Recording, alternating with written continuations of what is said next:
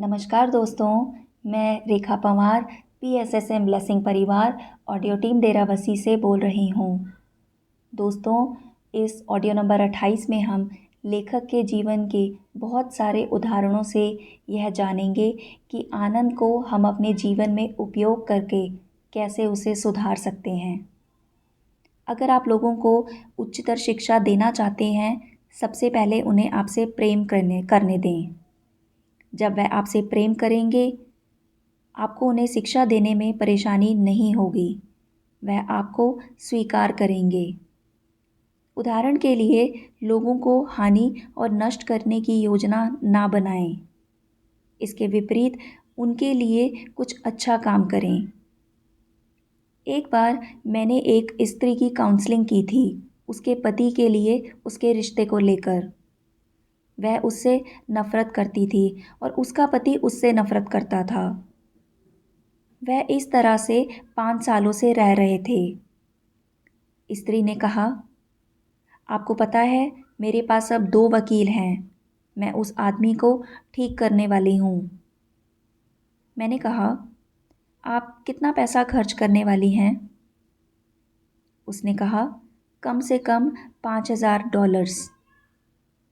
आप यह काम कम पैसे खर्च करके भी कर सकती हैं, मैंने कहा। अच्छा, उसने कहा, तो मुझे बताएं कि आप ये कैसे कर सकते हैं और मैं आपको सुनूंगी। आपके पति किन किन चीज़ों से प्यार करते हैं? मैंने उनसे पूछा। वह शीश कबाब, वाइन और कपड़ों से प्यार करते हैं। अच्छा, मैंने कहा, उनका जन्मदिन आने वाला है। इन चीज़ों को ले आओ और उनके लिए अच्छा भोजन बनाओ और फिर देखना कि क्या होगा। स्त्री ने बिल्कुल वैसा ही यह सब कुछ किया और आदमी बदल गया। अब वह एक दूसरे की पूजा करते हैं। प्यार और आनंद को व्यक्त करें, तब आप बिना कोर्ट कचहरी के ही जीत जाएंगे। पर आपको हमेशा ईमानदार रहना होगा। तोहफे भेजें। इस तरह से आप सभी विरोध को तोड़ देंगे। पर अक्सर हम यह नहीं करते। आमतौर पर हम नकारात्मक हमलों से शुरुआत करते हैं और उसमें और ज़्यादा नकारात्मक हमले जोड़ते हैं। उसके बाद हम दूसरों से लड़ने के लिए पैसे पैसे और केवल पैसे ही खर्च करते हैं। इन तरीकों से कोई भी सकारात्मक परिणाम को नहीं पा सकता। इसी कारण से एक समझदार कहते हैं, किसी भी दुश्मन से लड़ने के लिए उनके ही तरीकों और साधनों का उपयोग नहीं करना चाहिए। अगर तुम मुझसे नफ़रत करते हो, तो मैं तुम्हें नफ़रत वापस देकर सही संबंध नहीं बना सकता, बल्कि मुझे तुमसे प्यार करना चाहिए ताकि मैं तुम्हारी नफ़रत को प्यार में बदल सकूं। पर यह एक बुद्धिमान प्रेम, अच्छा प्रेम और संतुलित प्रेम होना चाहिए। अगर हम एक दूसरे से नफ़रत करते हैं, तो हम पैसा, समय और ऊर्जा को बर्बाद करते हैं। याद रखें, आनंद परेशानियों को सुलझाता है। यह आसान नहीं है कि इस विषय की गहराई को एक ही बारी में समझा जाए, पर आप देख पाएंगे कि आपका मन यहाँ वहाँ परेशानियों के समय आनंद का उपयोग करने लग जाएगा। अगर आप समस्याओं को आनंद के ज़रिए सुलझाते हैं, तो वह सुलझ जाएंगी।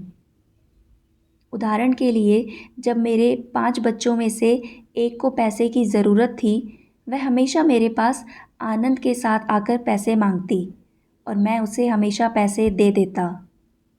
मैं बल्कि उसे जितना उसने मांगा था उससे भी ज़्यादा देता। आपके काम हमेशा आनंदपूर्ण होने चाहिए।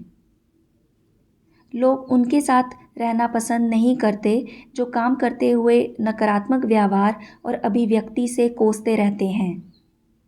वह उन लोगों के साथ रहना चाहते हैं जो अपने काम और घरों में आनंद लेकर आते हैं।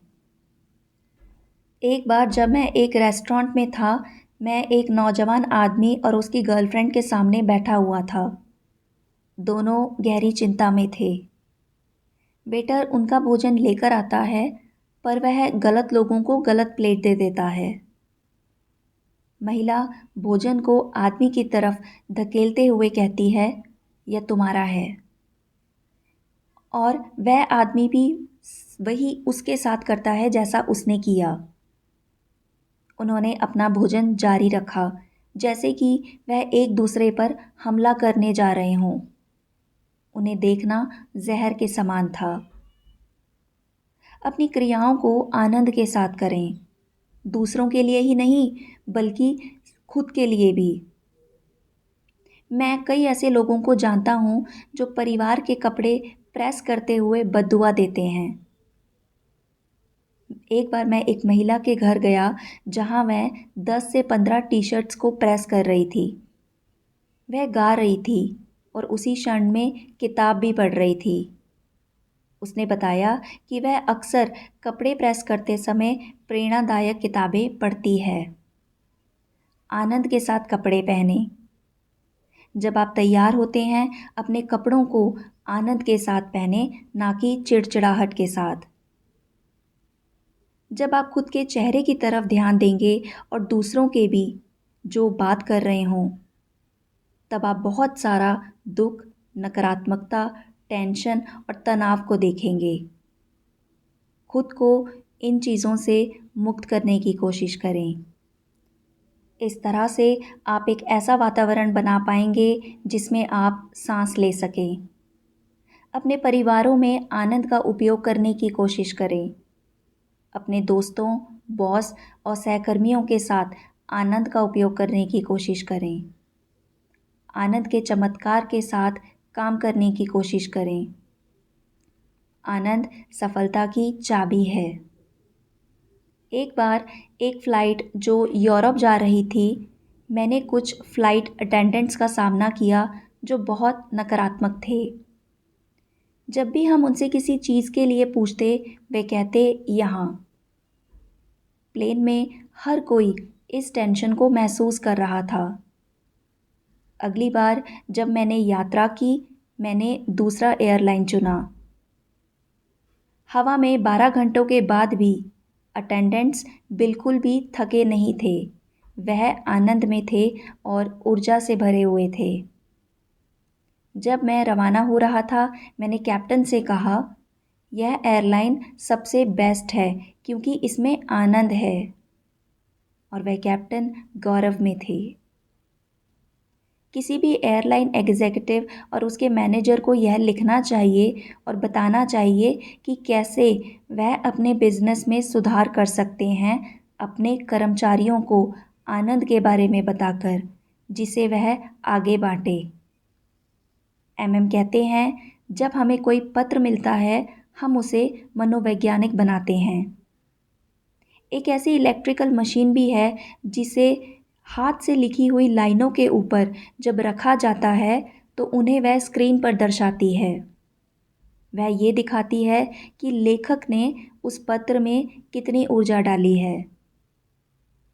कुछ शब्द मरे हुए होते हैं और वह शून्य के नीचे मापे गए होते हैं। अन्य शब्द बेहतरीन तरीके से मानसिक ऊर्जा के द्वारा चार्ज किए होते हैं।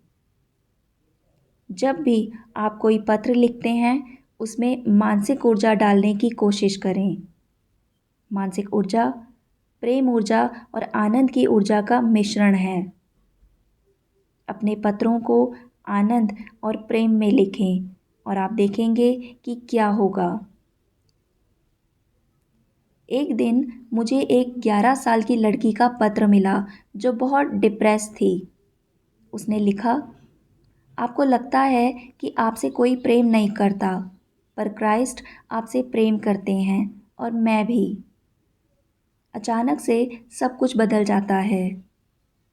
मैंने उस पत्र को बहुत गंभीरता से लिया और क्योंकि वो हाथ से लिखा हुआ था, उसका वास्तव में यही मतलब था।